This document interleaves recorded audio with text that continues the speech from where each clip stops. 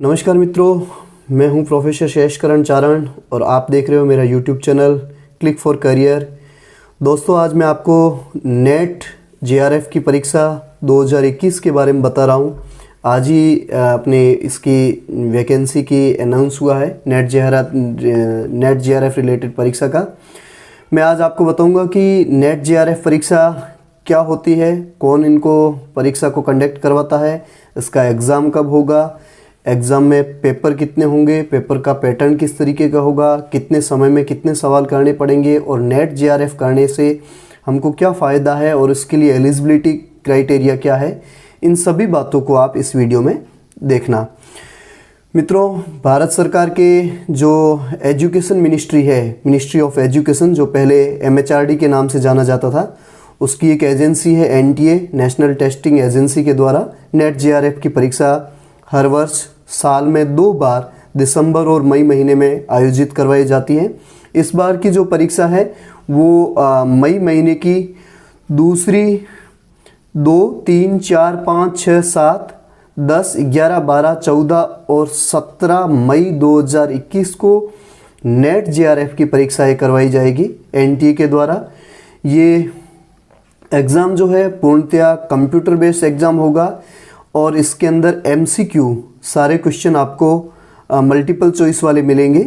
और इस परीक्षा के अंदर जो पेपर का पैटर्न है वो इस तरीके से होगा। इसमें 2 पेपर होते हैं। पहला पेपर जो है वो 100 मार्क्स का होगा और उसके अंदर 50 क्वेश्चन आएंगे, और दूसरा पेपर जो है वो 200 मार्क्स का होगा और इसमें 100 क्वेश्चन आएंगे। टोटल 300 मार्क्स का और 150 क्वेश्चन के साथ पेपर होता है। 3 घंटे का टाइम होगा आपके पास। और इस बार ये परीक्षा 2 शिफ्ट में करवाई जा रही है। पहली शिफ्ट का जो टाइम है मॉर्निंग शिफ्ट का वो है 9 से 12 और दूसरा जो है वो 3 से 6 के बीच में 2 शिफ्ट में ये एग्ज़ाम होंगे। आपका किसी भी शिफ्ट में नंबर आ सकता है, पहली और दूसरी शिफ्ट में। तो 3 घंटे का पेपर, 300 इसके अंदर टोटल जो है मार्क्स का होंगे और 150 क्वेश्चन होंगे।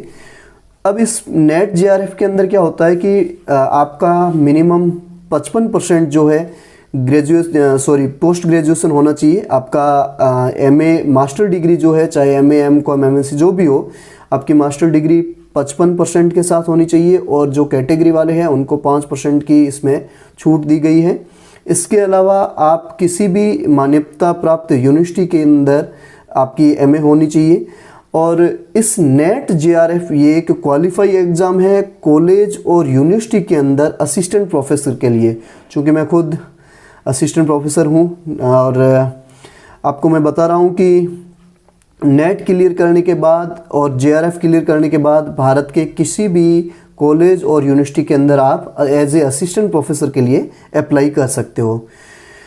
दोस्तों, इसमें नेट और जेआरएफ के लिए बहुत सारे कैंडिडेट एग्ज़ाम देते हैं। उनमें से मात्र 5 या 6% अलग अलग सब्जेक्ट के हिसाब से, जो जिनका सब्जेक्ट है उसके हिसाब से 5 या 6% लोग जो है वो नेट के लिए क्वालिफाइंग होते हैं और नेशनल एलिजिबिलिटी टेस्ट। और उनमें से भी 1-2% जो है, जो अपने अपने विषय के टॉपर्स, 1 से 2% के बीच में, वो जेआरएफ के लिए क्वालिफाइंग होते हैं। जेआरएफ का मतलब होता है जूनियर रिसर्च फेलोशिप। अब इसमें नेट और जेआरएफ में क्या फ़ायदा है कि नेट करने के बाद आप किसी भी कॉलेज यूनिवर्सिटी के अंदर असिस्टेंट प्रोफेसर के लिए एलिजिबल होते हैं और आपको ये नेट के लिए सिर्फ योग्यता प्रमाण पत्र मिलेगा। जबकि जेआरएफ में आपको बहुत सारे फ़ायदे हैं। जूनियर रिसर्च फेलोशिप के अंदर क्या होता है कि आप कॉलेज और यूनिवर्सिटी के लिए असिस्टेंट प्रोफेसर के लिए अप्लाई कर ही सकते हो। इसके साथ साथ आपको जूनियर रिसर्च फेलोशिप में 2 साल के लिए 31,000 रुपये की स्कॉलरशिप मिलती है। इसके अलावा भारत सरकार के जो पैरामीटर है उसके अनुसार जिस शहर में उनका रिसर्च के लिए नंबर आता है, जिस शहर की यूनिवर्सिटी के अंदर, वहाँ पर उनको कैटेगरी के हिसाब से 8, 16 और 24%, 8%, 16% और 24% के हिसाब से उनको एचआरए मिलता है। इसके अलावा साल में एक बार उनको टीए भी मिलता है, मतलब यात्रा प्रवास से रिलेटेड आपको जो अनाउंस है वो भी मिलता है। और उसके बाद अगर आपका रिसर्च जो है, आपके जो जिनके अंडर में आप रिसर्च कर रहे हो, उन विशेषज्ञों के द्वारा ये पाया जाता है कि आपका रिसर्च बहुत अच्छा क्वालिटी वाला होता है, तो उसको 3 साल के लिए एक्सटेंड करके JRF को SRF में चेंज किया जाता है, सीनियर रिसर्च फेलोशिप के अंदर। उसके अंदर आपको और ज़्यादा फ़ायदे हैं कि 31,000 की स्कॉलरशिप जो है वो 35,000 मिलने लग जाती है। हर महीने 35,000 रुपये आपको स्कॉलरशिप मिलेंगे SRF के, वो 3 साल के लिए होता है। तो टोटल 5 साल के लिए आपको JRF SRF के अंदर या तो 31,000 पर महीने 2 साल के लिए, और उसके बाद SRF में आपको 35,000 रुपये पर महीने 3 साल के लिए, टोटल 5 साल के लिए आपको भारत सरकार की तरफ से स्कॉलरशिप मिलती है। कहने का मतलब ये है कि सरकार की स्कॉलरशिप बहुत अच्छे अमाउंट में, आप कहीं पे भी मतलब इसके साथ आराम से अपना रिसर्च कार्य कर सकते हो। जहाँ पर आपका यूनिवर्सिटी में जिस प्रोफेसर के अंडर में नंबर आए, उनके अंडर में उस यूनिवर्सिटी में रह के आपको ये रिसर्च कार्य करना है। तो बहुत अच्छा एक चांस है हमारे पास, एक गोल्डन अपॉर्चुनिटी है कॉलेज और यूनिवर्सिटी के अंदर असिस्टेंट प्रोफेसर बनने के लिए।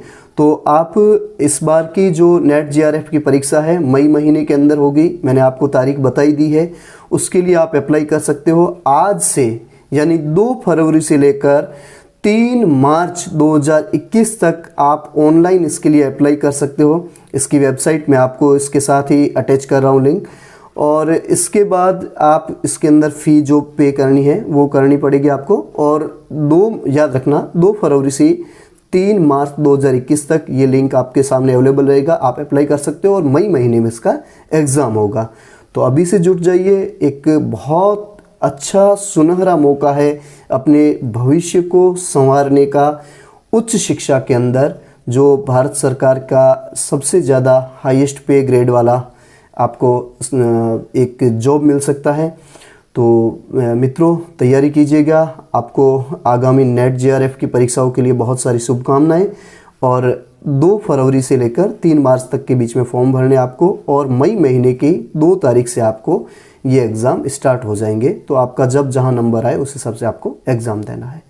थैंक यू मित्रों।